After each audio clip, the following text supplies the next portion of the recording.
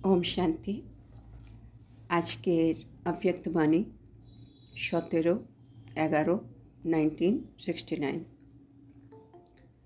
फर्श से अर्श पर जाने की युक्तियाँ।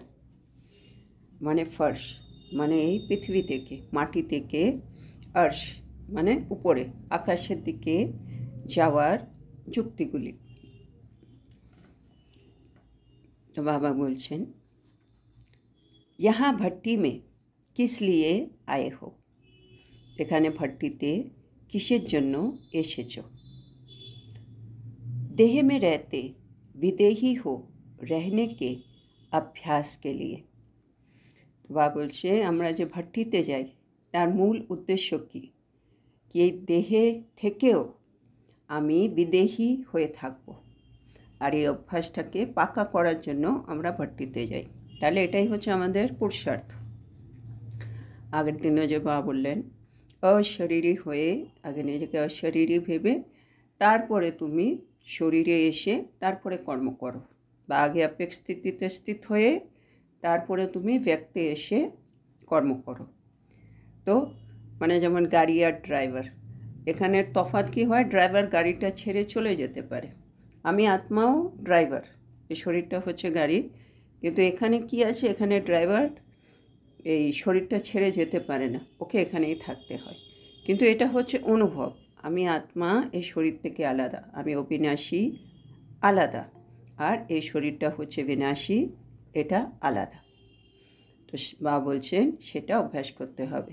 তাহলে এটা আমাদের পুরুষার্থ, দেহে থেকেও আমি আত্মা বিদেহী। তারপরে বাবা কি বলছে, जब से यहाँ पाँव रखते हो तब से ही ये स्थिति होनी चाहिए। মানে যখন থেকে আমরা মধুবনের মধ্যে পা দিয়েছি, ভট্টির জন্য ঢুকেছি, তখন থেকে আমাদের এই স্থিতিটা হয়ে যাওয়া উচিত কি আমি আত্মা বিদেহী এই শরীরে আছি। তার মানে যখনই আমরা মধুবনে যাব আমরা এই স্থিতিতে স্থিত হয়ে যাব সব সময়। কেন মধুবনে যাওয়া মানেই আমরা নিজেকে সম্পূর্ণ পরিবর্তন করতে যাই, ওখানে এত দূর থেকে যাচ্ছি, তো দেহে থেকে আমি আত্মা বিদেহী। তা বাবা কি বলছেন,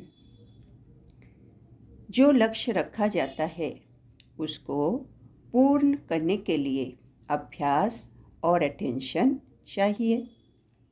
আমরা যে কোনো লক্ষ্য যেটা রাখি, যেমন এখানে বাবা লক্ষ্য দিয়েছে দেহে থেকেও আমরা বিদেহী। তো বাবা বলছে যে কোনো লক্ষ্য আমরা যেটা রাখি সেটাকে আমরা যখন চাইব পূর্ণ করতে, তখন দুটো জিনিসের দরকার, একটা হচ্ছে অভ্যাস আর একটা হচ্ছে অ্যাটেনশন। তো এই দুটো জিনিস আমরা যদি আমাদের সাথে রাখি তাহলে বাবা বলছেন যে কোনো লক্ষ্য আমরা পূর্ণ করতে পারব। অ্যাটেনশন আগে দেখে নেব কোথায় কী করতে হবে কোথায় কী করতে হবে না, আর নেক্সট হচ্ছে অভ্যাস, যেটা করতে হবে ওটা করতে হবে, আর যেটা করতে হবে না ওটা করতে হবে না। অ্যাটেনশন অ্যান্ড অভ্যাস দিয়ে আমরা যে কোনো লক্ষ্য পূর্ণ করতে পারব। তারপরে বাবা বলছেন, बाप दादा हरेक को नई बात के लिए ही बुलाते हैं। তো বাবা আমরা সকলকে বাবা বলছে একটা নতুন বিষয়ের জন্য আজকে ডেকেছেন। अधर कुमारों को विशेष इसलिए बुलाया है। তো বাবা আজকে अधर কুমারদেরকে বিশেষভাবে ডেকেছেন আর তাদেরকে উদ্দেশ্য করে মুরলি শোনাচ্ছেন। তো বাবা কি বলছেন ওদেরকে, पहले तो अपना जो गृहस्थ व्यवहार बनाया है, তো প্রথমে যে আমরা যে নিজের গৃহস্থ ব্যবহার যেটা বানিয়েছি, মানে আমরা তো সবাই বাড়িতে থাকি, তো আমরা সকলেই হচ্ছে গৃহস্থী। তো গৃহস্থী যেটা আমরা পরিবারটা যে আমরা নিজে বানিয়েছি, সে পরিবারে বাবা কি বলছেন, उसमें जो उल्टी सीढ़ी चढ़ी है उस उल्टी सीढ़ी से नीचे उतारने के लिए बुलाया है। মানে গৃহস্থ ব্যবহারের থেকে আমরা উল্টো সিঁড়ি উঠে গেছি, সেই উল্টো সিঁড়ি থেকে নিচে নামাবার জন্য বাবা আজকে আমাদেরকে ডেকেছে। और उल्टी सीढ़ी से उतर कर फिर किस में चढ़ना है।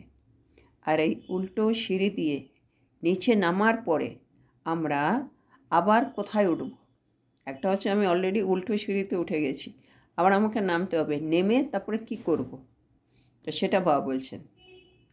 अर्श से फर्श पर फिर फर्श से अर्श पर, মানে আগে আমি উল্টো সিঁড়ি দিয়ে উল্টো দিকে উঠে গেছি, সেটা হচ্ছে আর্শ, সেখান থেকে আবার নামবো, নেমে হচ্ছে ফার্শ মানে মাটি, মানে আকাশে উল্টো দিকে আকাশে উঠে গেছি, ওখান থেকে নেমে আবার মাটিতে চলে এলাম ফার্শ, আবার এই ফার্শ থেকে এবার আমাকে ঠিক ডাইরেকশানে আবার উঠতে হবে উপরের দিকে, আবার আকাশের দিকে উঠতে হবে।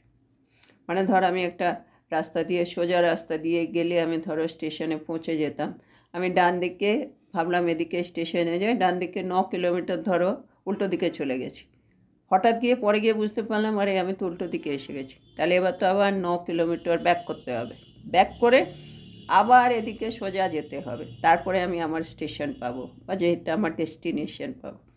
তো সেটাই বাবা বলছে, এই 63 জন্মে মানে দ্বাপর কলিযুগে আমরা উল্টো রাস্তায় চলতে চলতে কত উল্টো দিকে চলে গেছি, হ্যাঁ না, আমরা কত বিকারী হয়ে গেছি, পতিত হয়ে গেছি, তো এগুলো সব উল্টো দিকে উঠে গেছি, সেখান থেকে আমাদেরকে এখন নামতে হবে, নেমে আবার এদিকে সম্পূর্ণ নির্বিকারী সর্বগুণ সম্পন্ন এদিকে আবার উঠতেও হবে।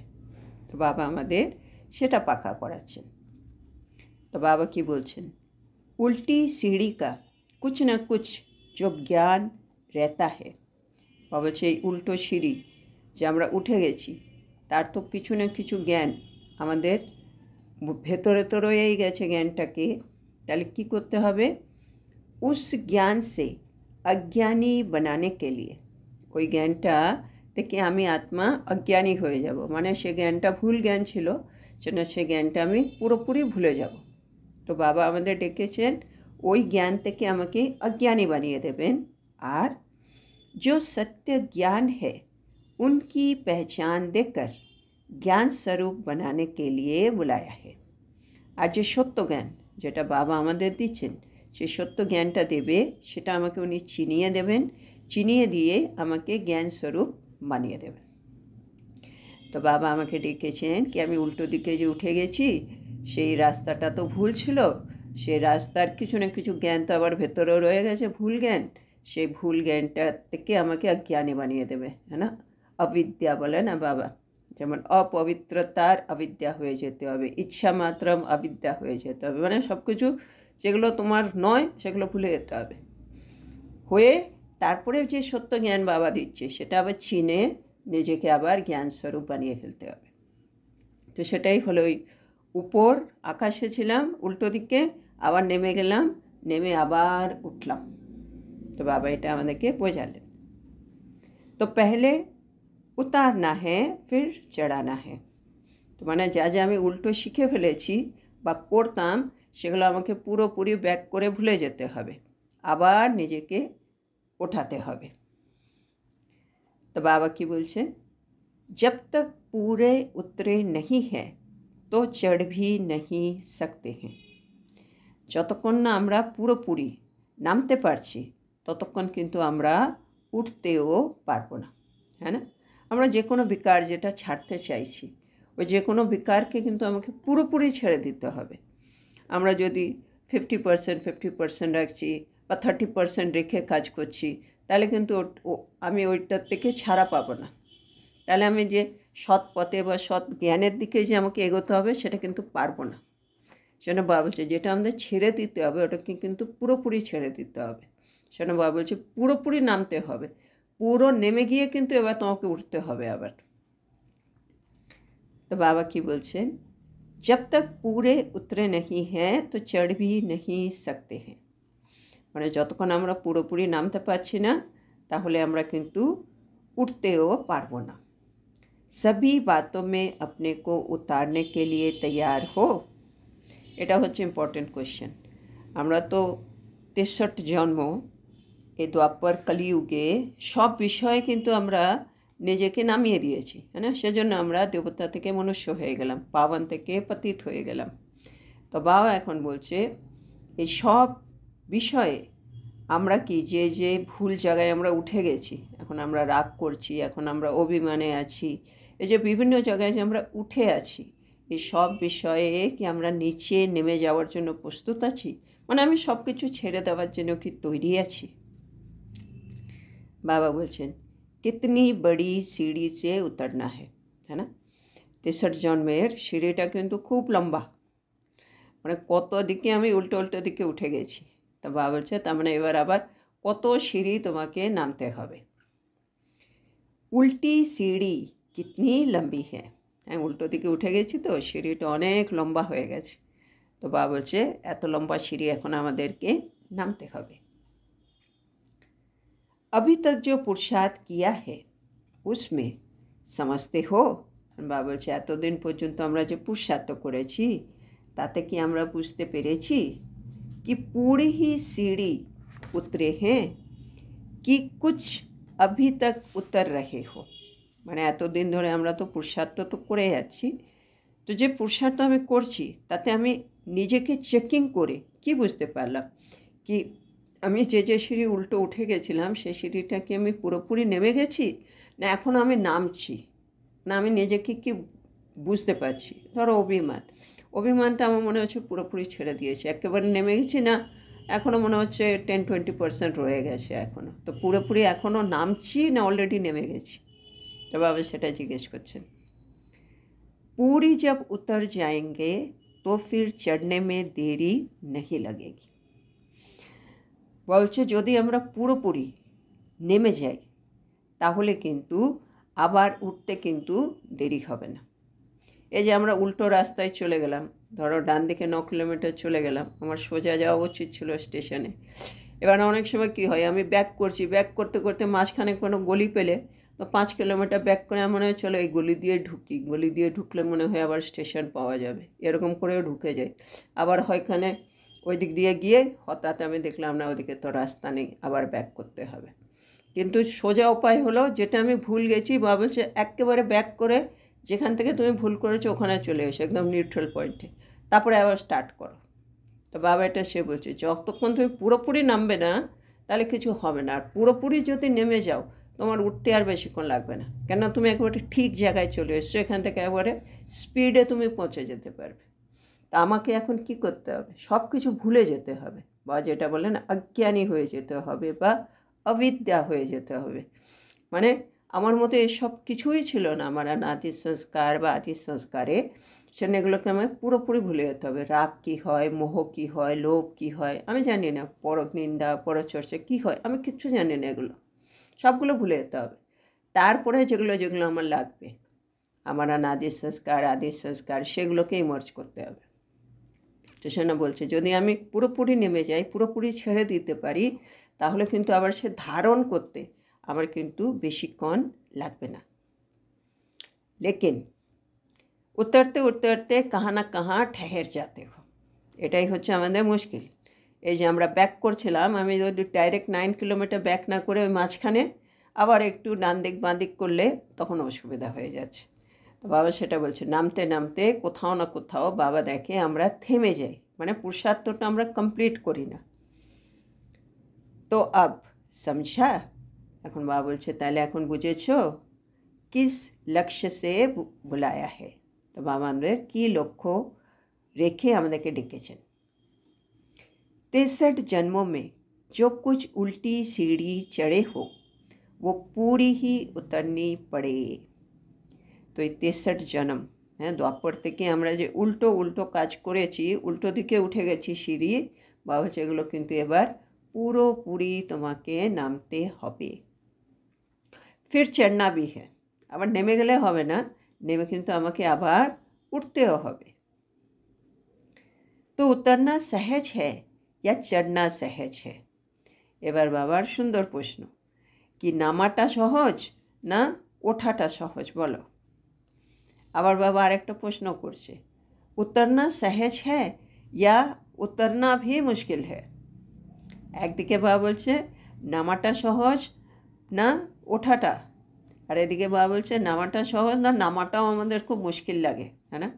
এক একটা এই জিনিসগুলোকে ছাড়তে আমরা খুব সহজে ছেড়ে দিচ্ছি, না এগুলোতে আমাদের খুব টাইম লাগে, হ্যাঁ না। বাবা বলে না দে দান তো ছুটে গ্রহণ, এটা দান করে দাও, আমাকে দিয়ে দাও, বাবা তো এসছে এগুলো নিতে, কিন্তু আমি কি পুরোপুরি ছাড়তে পারছি, আমি কি সত্যি বাবাকে দিতে পারছি, তো সেটা হলো প্রশ্ন। তারপরে বাবা বলছেন अभी आप जो पुरुषार्थ कर रहे हो মানে আমরা এখন যা पुरुषार्थ করছি वो उतर कर चढ़ने का कर रहे हो মানে নেমে আবার উঠবো সে পুরুষার্থটা করছি কি सिर्फ चढ़ने का कर रहे हो বাবা এবার দুটো প্রশ্ন মানে আমি কি পুরুষার্থ করছি বাবা বলছে এটা সেলফ চেকিং করে দেখো কি আমি নেমে যাব মানে যেখানে যেখানে ভুল হয়েছে ওই জায়গা থেকে নেমে আবার আমি উঠবো না যা হয়ে গেছে ওটা ওখানেই থাক আমি আবার খালি উঠবো আমি এই পুরুষার্থ করছি মানে নেমে ওঠা বা শুধু উঠছি বাবা বলছে কোন পুরুষার্থ তোমরা করছো कुछ मिटा रहे हो कुछ बना रहे हो আমরা এখন কিছু জিনিস মুছে ফেলছি হ্যাঁ না যেগুলো আমার দরকার নেই আর कुछ बना रहे हो কিছু আমরা বানাচ্ছি মানে নতুন নতুন জিনিস আমি ধারণ করছি আমার মধ্যে दोनों काम चलता है ना বাবা বলছে দুটোই কাজ চলছে তো মানে মুছে ফেলার কাজও চলছে বানানোর কাজও চলছে মানে ধারণ করার কাজও চলছে আর যেগুলো ছেড়ে দেওয়ার সেগুলো আমি ছেড়েও দিচ্ছি आपको मालूम है বাবা বলছে তোমরা কি জানো লাস্ট পড়ি সিঁড়ি कौन सी उतरनी है মানে আমরা তো সিঁড়ি নামবো যেটা উল্টো উঠে গেছি তো সেই সিঁড়ির লাস্ট ধাপ কোনটা তো বাবা বলছে লাস্ট পড়ি লাস্ট সিঁড়ি কোনটা নামতে হবে জানো মানে ওইটা নেমে গেলে আমি বুঝবো কি আমি মানে পুরো কমপ্লিট হয়ে গেছে আমার নামাটা তো বাবা আমাদেরকে মনে করিয়ে দিচ্ছে কি লাস্ট সিঁড়ি তুমি কোনটা নামতে হবে জানো তো বাবা কি বলছেন इस देह के भान को छोड़ना है এটা হচ্ছে আমাদের লাস্ট সিঁড়ি কি দেহের বোধ দেহের ভান সেটা তুমি ছেড়ে দিতে হবে মানে আমি আত্মা এটাই যদি মনে থাকে বাকি শরীর আছে সেটাও যদি আমি ভুলে যাই তার মানে আমি পুরোপুরি সিঁড়িটা নেমে গেছি যেটা আমি উল্টো উঠে গেছিলাম बाबा एबार एग्जाम्पल दिए बोझाচ্ছেন जैसे कोई शरीर के वस्त्र उतारते हो तो कितना सहज उतारते हो है ना बाबा বলছে যেমন আমরা কোনো পোশাক বদলাতে হচ্ছে তখন আমরা কত সহজে সেটাকে বদলে ফেলি वैसे ही ये शरीर रूपी वस्त्र भी सहज उतार सको এখন আমাদের পুরুষার্থ হলো কি আমি আত্মা এই শরীর থেকে আলাদা আর যেদিন আমি যাওয়ার সময় আমি খুব ইজিলি আত্মা এই শরীরটাকে ছেড়ে দিই কারণ এটা একটা বস্ত্র যেমন আমি স্থূল বস্ত্র এখন ইজিলি পাল্টে ফেলতে পারি এই শরীররূপী বস্ত্র আত্মা যখন ছাড়বে এই শরীররূপী বস্ত্রকে যেন ইজিলি ছেড়ে দিতে পারি অন্য শরীর নেওয়ার জন্য তো সেটাই হচ্ছে আমাদের পুরুষার্থ এখন सबको ये अभ्यास पूर्ण रीति से सीखना है তো বাবা বলছে এই অভ্যাসটা আমাদের সকলকে কিন্তু পরিপূর্ণভাবে শিখে নিতে হবে কি আমি আত্মা এই শরীর থেকে খুব ইজিলি ছেড়ে অন্য একটা শরীর নিয়ে নিচ্ছি এটা এবার বাবা তার জন্য আরও কি বলছেন लेकिन कोई कोई का ये देह अभिमान क्यों नहीं टूटता है তো বাবা দেখেন কেউ মানে কারো মধ্যে এই দেহের ভান দেহের অভিমানটা কিন্তু ভাঙে না মানে ছিন্ন হয় না তার মধ্যে দেহ অভিমানটা বরাবরই থেকে যায় বাবা বলছে কেন এবার বাবা বলছেন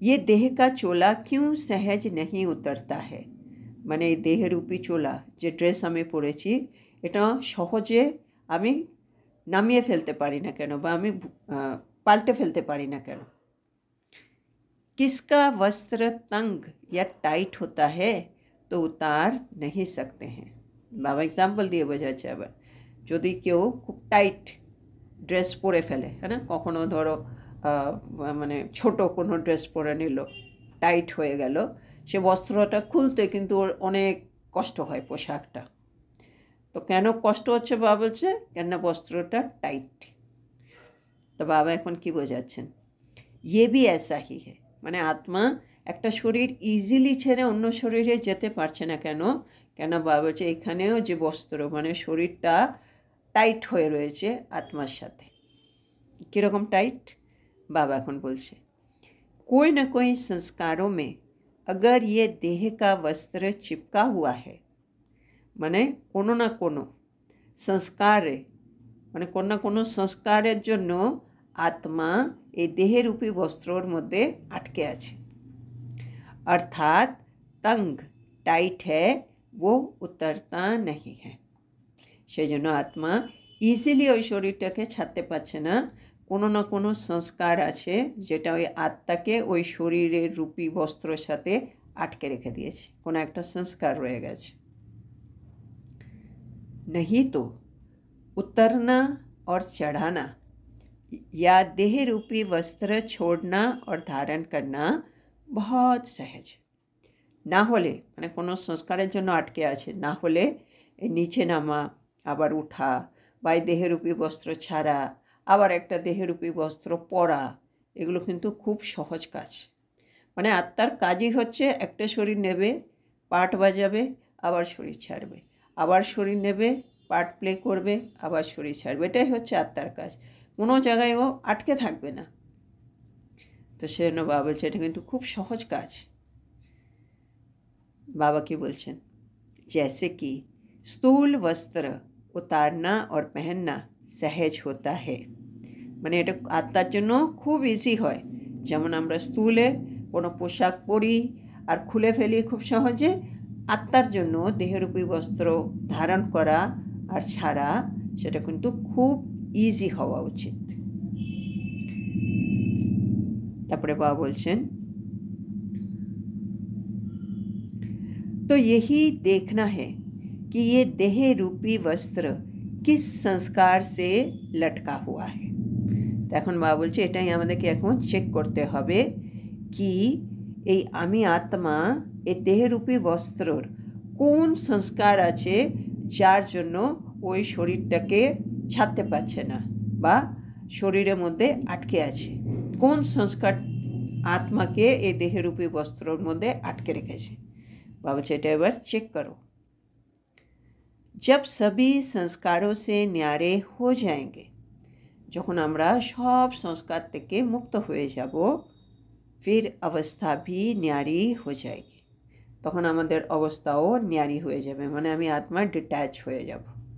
মানে আমি আত্মা এই শরীরের সাথে কেন অ্যাটাচ আছি, কারণ হচ্ছে সংস্কার। বাবা বলছে যখন আমি আত্মা সব সংস্কার পুরনো সংস্কারগুলো ছেড়ে দেবো, তখন আমি আত্মা এই শরীরের থেকেও, এই যে বাবা বলল দেহে থেকেও তুমি বিদেহী, ওই অবস্থাটা আমি অনুভব করব। আমার অবস্থা ডিট্যাচ হয়ে যাবে, আমি ন্যারি আত্মা হয়ে যাব। মানে বিদেহী আত্মা বিদেহী অবস্থা ফিল করবে। কখন? যখন সব সংস্কার থেকে আত্মা মুক্ত হয়ে যাবে। इसलिए बाप दादा भी कई बार समझाते हैं। সেজন্য বাপ দাদা বারে বারে অনেকবারই বোঝান। কি বোঝাচ্ছেন? कि सभी बातों में इजी रहो, সব বিষয়ে বাচ্চা তুমি ইজি থাকো। মানে ইজি থাকলে তুমি ইজিলি বেরিয়ে যাবে, আর ইজি না থাকলে তুমি ওই বিষয়ে আটকে থাকছো। তো বাবা সেটা বলছে जब खुद सभी में इजी रहेंगे, যখন আমরা নিজে সব বিষয়ে যখন ইজি থাকবো, तो सभी कार्य भी इजी होंगे, সব কাজও কিন্তু ইজি হবে। अपने को टाइट करने से, আমি যদি নিজেকে টাইট করে ফেলি, कार्य में भी टाइटनेस आ जाती है। তো আমি যদি নিজেকে টাইট করে নিই, তাহলে আমি যে কাজকর্ম করছি সেটাতেও টাইটনেস চলে আসে। তো ইজি মানে কি, টাইট মানে কি, এখানে সংস্কারের ব্যাপারে বলছে। ধরো আজকে কোনো একটা আমাদের প্ল্যানিং হলো কি আজকে মিটিং হবে, আজকে উনি আসবেন, কিছু বলবেন, কিছু একটা প্ল্যানিং হলো, হঠাৎ এমন একটা সিচুয়েশন এলো, প্ল্যান অনুসার কিন্তু কোনো কাজ হচ্ছে না। যাকে আসার ছিল আসতে পারেনি, কোনো জিনিস আনার ছিল সেই জিনিসটা এসে পৌঁছোয়নি। এবার পরিস্থিতি অন্যরকম হয়ে গেল, মানে যেটা করা ছিল এটা করা যাচ্ছে না। এখানে যে আত্মা ঠিক আছে আজকে হয়তো ড্রামাতে এই প্ল্যানটা নেই, আজকে তাহলে আমরা অন্য কিছু করিনি, ও অল্টারনেট প্ল্যান নিয়ে আসবে এবং অল্টারনেট একটা কিছু ভেবে নেবে, তার মানে ওই আত্মা হচ্ছে ইজি। আর যে টাইট সে ওটাকে ধরেই রাখবে, ওকে বলেছিলাম বলে এটা হয়নি, আমি কতবার বলেছিলাম এর জায়গায় একে নে, ওর জায়গায় ওকে না, মানে কিছু না কিছু ঘুরে ফিরে টাইট হয়ে বসে আছে ওইখানে, ওই জায়গা থেকে আর নড়ছেই না একটা সিচুয়েশান থেকে। ও হচ্ছে টাইট, মানে নিজে টাইট, সেজন্য ওর কাজকর্মগুলো বা বলছে ওখানে সব জায়গায় কিন্তু টাইটনেস চলে আসছে। আর যে ইজি থাকবে, ঠিক আছে আমরা করতে চেয়েছি, আজকে হয়তো হওয়ার ছিল না, আমরা ওটা কালকে করে নেব, বা অল্টারনেট ওয়েতে করে নেব, বা একটুখানি চেঞ্জ করে নেব, সে হতে ইজি। তো আমি আত্মা যখন ইজি থাকছি, তার মানে আমি আমার সংস্কারগুলোকে ইজি করে রেখেছি, কি এটা না হলে এটাও চলবে, এটা না, আজকে ধরো আমি কোনো একটা জিনিস খেতে চেয়েছি, কোনো কারণে ওইটা রান্নাই হয়নি, ঠিক আছে, নো প্রবলেম, আজকে ডাল ভাত হলে আমি ডাল ভাত দিয়ে হয়ে গেল, ওকে, এটা হলো ইজি নেচার। তো বাবা বলছে সেটাই, আমাদের কিন্তু সব কিছুতে ইজি থাকতে হবে, ইজি থাকলে আমার সংস্কারগুলো ইজি থাকবে, সংস্কার ইজি থাকলে আমি আত্মা শরীর ছাড়তে কিন্তু খুব ইজি হবে। তো সেটাই বাবা বললো, নিজেকে সব কিছুতে ইজি রাখো, তাহলে তোমার সব কাজই কিন্তু ইজি হয়ে যাবে। তো আমাদের এটা একটা ভালো পুরুষার্থ করতে হবে, প্রতিটা সিচুয়েশানে আমাকে নিজে চেক করতে হবে কি আমি সব জায়গায় ইজি আছি কি না। আমরা অনেক জায়গায় ইজি থাকি, কিন্তু কিছু কিছু জায়গায় আমরা কিন্তু খুব রিজিড, মানে টাইট হয়ে থাকি, কিছু কিছু জায়গায় আমরা কোনো রকম নিজেকে চেঞ্জ করতে তৈরি থাকি না। তো সেগুলো বাবা বলছে একটু চেক করতে হবে, টাইট কোনো জায়গায় হওয়া যাবে না, যা কিছু হচ্ছে ড্রামাতে সব অ্যাকুরেট, সেজন্য আমাকে যে কোনো জায়গায় পাল্টাতে হতে পারে, তো সেটা আমাকে চেক করতে হবে। তারপরে বাবা কি বলছে, वैसे तो जो इतने समय से पुरुषार्थ में चलने वाले हैं, বলছে এমনিতে তো যারা অনেক দিন ধরে পুরুষার্থ করে চলেছে, उनको अब बहुत ही कर्तव्य में न्यारापन आना ही चाहिए।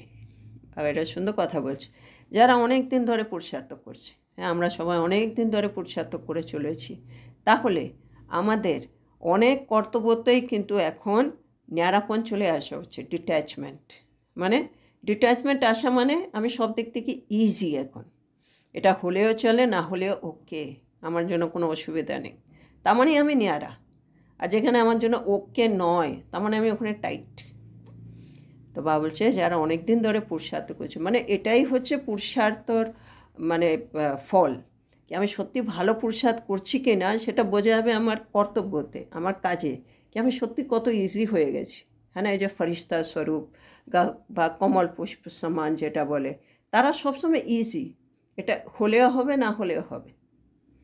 তো বাবা বলছে এটা আমাদের চেকিং, কি আমি সত্যি আমি যে পুরুষার্থের লাইন আমি বেছে নিয়েছি, সেই পুরুষার্থ কি ঠিক দিকে যাচ্ছে কি যাচ্ছে না সেটা আমি নিজে বুঝতে পারবো যখন আমি কত জিনিস থেকে নিজেকে ডিট্যাচ করে নিতে পেরেছি। ডিট্যাচ মানে তাদের প্রভাব আমার উপরে আর পড়ে না এখন। तो बाबा की बोलছেন, अभी इस भट्टी में जो भी टाइटनेस है वो भी, তখন আমরা তো ভট্টিতে গেছি, তো বাবা বলছে ভট্টিতে যা যা কিছু টাইটনেস রয়েছে সেগুলো, और जो कुछ उल्टी सीढ़ी की पौड़ियाँ रही हुई है वो उतरना भी, আর যেখানে যেখানে আমরা উল্টো সিঁড়িতে এখনও উঠে বসে আছি, মানে ধরো আমি এখনও লোভের উপরে অনেক কাজ করা বাকি আছে, পরচিন্তনটা এখনও অনেক কাজ করা বাকি আছে, বা আলস্য অলবেলাপনা অনেক কিছু বাকি রয়ে গেছে, কোন কোন জায়গায় এখনও নামিনি, এখনও মানে জিনিসগুলো পুরোপুরি ছাড়িনি ওইগুলো, और फिर लिफ्ट में भी चढ़ना है। তা বাবা বলছে ভট্টিতে এসছো তিনটে কাজ করতে হবে, যা কিছু টাইটনেস রয়ে গেছে বা যা কিছু উল্টো সিঁড়ির ধাপ এখনও নামিনি সেগুলো নেমে যাবে, তারপরে লিফটেও উঠতে হবে। फिर लिफ्ट में बैठने के लिए क्या करना पड़ेगा, তারপরে লিফটে বসতে হলে কি করতে হবে, মানে কিভাবে আমি লিফটে বসবো। লিফট में कौन बैठ सकेंगे, তো বাবা বলছে লিফটে কে বসতে পারবে। তো আজকে আমরা এখানেই থামি। তাহলে আজকে বাবা আমাদেরকে কি বোঝালেন। সবার আগে বাবা আমাদের বললেন যেটা আমাদের পুরুষার্থ করতেই হবে সেটা হলো দেহে থেকে বিদেহী থাকার অভ্যাস। আর তার জন্য বাবা বলেছে দুটো পয়েন্ট, অভ্যাস আর অ্যাটেনশন। সবসময় আমি যদি অ্যাটেনশন দিই আর অভ্যাস করি, প্র্যাকটিস, তাহলে আমি দেহে থেকে বিদেহী থাকার অভ্যাসটা ভালো মতো পাক্কা করে নিতে পারবো। তারপরে বাবা আজকে যেটা আমাদের শেখাচ্ছেন সেটা হচ্ছে যেখানে আমি উল্টো সিঁড়ি উঠে গেছি সেগুলো আমাকে পুরোপুরি নেমে যেতে হবে। তো বাবা দেখছেন এখনও অনেকগুলো জায়গা আছে যেখানে আমরা এখনও পুরোপুরি নামিনি, তো সেখানে বাবা বলছে পুরোপুরি নেমে যাও, নেমে গেলে তোমার আবার উঠতে কিন্তু খুব ইজি হবে। সেজন্য বাবা বলছে যে জ্ঞান উল্টো দিকের জ্ঞান আছে সেই জ্ঞান থেকে তুমি অজ্ঞানী হয়ে যাও, আর বাবা যে সত্য জ্ঞান দিচ্ছে সেটা চিনে নিজেকে জ্ঞানস্বরূপ বানিয়ে ফেলো। যেটা বাবা আজকে আমাদেরকে বোঝালেন। আর বাবা বললেন যে সিঁড়ি আমরা নামবো সেই সিঁড়ির লাস্ট সিঁড়ি কোনটা সেটাও বাবা আজকে আমাদের বুঝিয়ে দিল। সেটা হচ্ছে দেহের ভানটাকে ছেড়ে দেওয়া। এটা হচ্ছে উল্টো সিঁড়ির একেবারে শেষ ধাপ। তারপরে বাবা বললো যেমন আত্মা, যেমন আমরা এমনি পোশাক তাঁতি বদলে ফেলতে পারি খুব ইজিলি, আত্মাও কিন্তু শরীররূপী বস্ত্রকে খুব সহজেই ছেড়ে দেওয়া উচিত, অন্য একটা শরীর ধারণ করবে। কিন্তু অনেক সময় সে খুলতে পারে না, মানে শরীরটা ছাড়তে পারে না। তার কারণ এই সব ড্রেসটা খুব টাইট হয়ে থাকে, যেমন স্কুল ড্রেস টাইট হলে খুলতে পারি না। তো বাবা বলছে এইখানেও শরীররূপী ড্রেস আত্মাকে ধরে রেখেছে। সেটা কী জিনিস? বাবা বলছে যে কোনো রকম সংস্কার ওটা আটকে রেখেছে, আত্মাকে আটকে রেখেছে। তো সেটাই হচ্ছে টাইটনেস। তো সেজন্য বাবা বলছে সেটা থেকে বেরোবার জন্য আমাকে কি করতে হবে? তো বাবা সেটা বললো তার জন্য আমাকে করতে হবে সব সংস্কার থেকে নিজেকে মুক্ত করে নিতে হবে, নিজের অবস্থাকে ডিট্যাচ করতে হবে। আর সব সংস্কার থেকে মুক্ত হওয়ার জন্য কি করব? বাবা বললো সব বিষয়ে ইজি থাকো। যে কোনো কিছু হচ্ছে সারাদিনে, সব অবস্থায় আমি আত্মা ইজি, ওকে ওকে ওকে। যখন সব কিছুতে ইজি থাকবে, বাবা বলছে তোমার সব কাজ কিন্তু ইজি হয়ে যাবে। তুমি যদি নিজেকে টাইট রাখো তোমার কাজগুলোতেও কিন্তু টাইটনেস চলে আসবে। তো সেজন্য বাবা আজকে বললেন যা যা টাইটনেস রয়ে গেছে ছেড়ে দাও, যা যা উল্টো ধাপ এখনও রয়ে গেছে যেগুলো আমার নামতে হবে ওগুলো নেমে ফেলো, মানে সব কিছু করে ফেলো। তারপরে বাবা বলছেন এখন একটা লিফটে আমাদেরকে বসতে হবে। তো আজকে এত সুন্দর মুরলির জন্য আমরা আমাদের প্রিয় শিব বাবাকে বলবো ধন্যবাদ বাবা, ধন্যবাদ। ওম শান্তি। ধন্যবাদ বাবা, ধন্যবাদ। গুড নাইট বাবা। ওম শান্তি বাবা, গুড নাইট বাবা, ধন্যবাদ বাবা। ওম শান্তি। শিব বাবা, ধন্যবাদ বাবা, গুড নাইট। ওম শান্তি শিব বাবা, গুড নাইট বাবা, ধন্যবাদ বাবা, ধন্যবাদ।